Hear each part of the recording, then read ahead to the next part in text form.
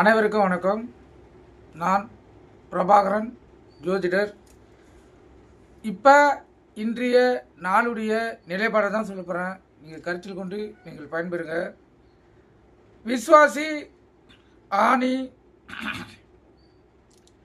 19 வியாழக்கிழமை, ஆங்கில வருடம் ஜூலை 3, 2025.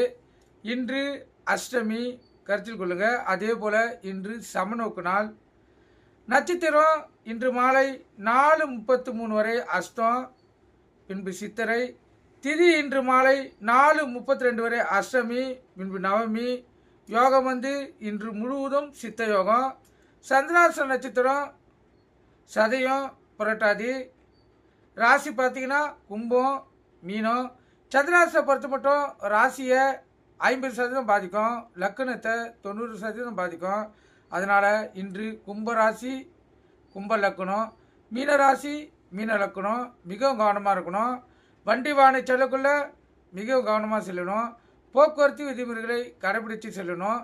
எக்காரத்தை கொண்டும் வண்டியை இயக்கி கொண்டு மொபைல் ஃபோனில் பேசக்கூடாது, கருத்தில் கொள்ளுங்கள். அதே போல் வண்டி எடுக்கக்குள்ளே அனைத்தும் சரியாக தான் பார்க்கணும். முக்கியமாக பிரேக் பிடித்தா பார்த்து தான் வண்டியை எடுக்கணும். அதே போல் அலுவலகத்துக்கு சென்றாலும் சரி, வீட்லேயும் சரி, தேவையில்லாமல் யார்கிட்டையும் பேசக்கூடாது. ஏன்னா தேவையில்லாத பிரச்சனைகள் வார்த்தைகளால் வரும். அதனால் கவனம் தேவை. விழிப்புணோடு இருங்க, உங்களை தற்காலத்தை கொள்ளுங்க. ஏன்னா சந்திராசனம் கண்டிப்பாக அது வேலையை அது செய்யும். நல்ல நேரம் காலை 10:45 to 11:45, மாலை இல்லை. கௌரி நல்ல நேரம் காலை 12:15 to 1:15, மாலை 6:30 to 7:30. கௌரி நல்ல நேரத்தில் புதுமண தம்பதிகளுக்கு சாந்தி முகூர்த்தம் அமைச்சா சிறப்பு. அதே போல் குழந்தை பாக்கியம் இல்லாதவங்க பயன்படுத்தினா சிறப்பு. அதே போல் திருமணம் தள்ளி போகிறவங்க எந்த நல்ல காரியம் இருந்தாலும் இந்த கௌரி நல்ல நேரத்தில் செய்தால் உங்களுக்கு வெற்றி தேடி வரும், கருத்தில் கொள்ளுங்கள்.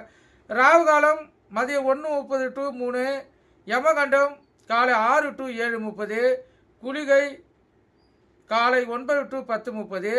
சூளம் தெற்கு. சூளம்னா கற்பூரம் ஏற்றுறது, விளக்கேற்றுறது. அது கோயிலுக்கு சென்றால் தெற்கு சைடு பார்த்து தான் ஏற்றணும். அதே போல் குளிகைன்னா மாந்தின்னா குளிகை. இந்த டைமில் எந்த நல்ல காரியமும் கெட்ட காரியமும் செய்யக்கூடாது. ஒவ்வொரு நாளும் நீங்கள் தெரிஞ்சு வச்சிங்கன்னா நல்லது. யாருக்கு சந்திராசங்கிறது இல்லைன்னு நீங்கள் கருத்தில் கொண்டு நீங்கள் பயன்பெறுங்க. நன்றி, வணக்கம். வாழ்க வளமுடன்.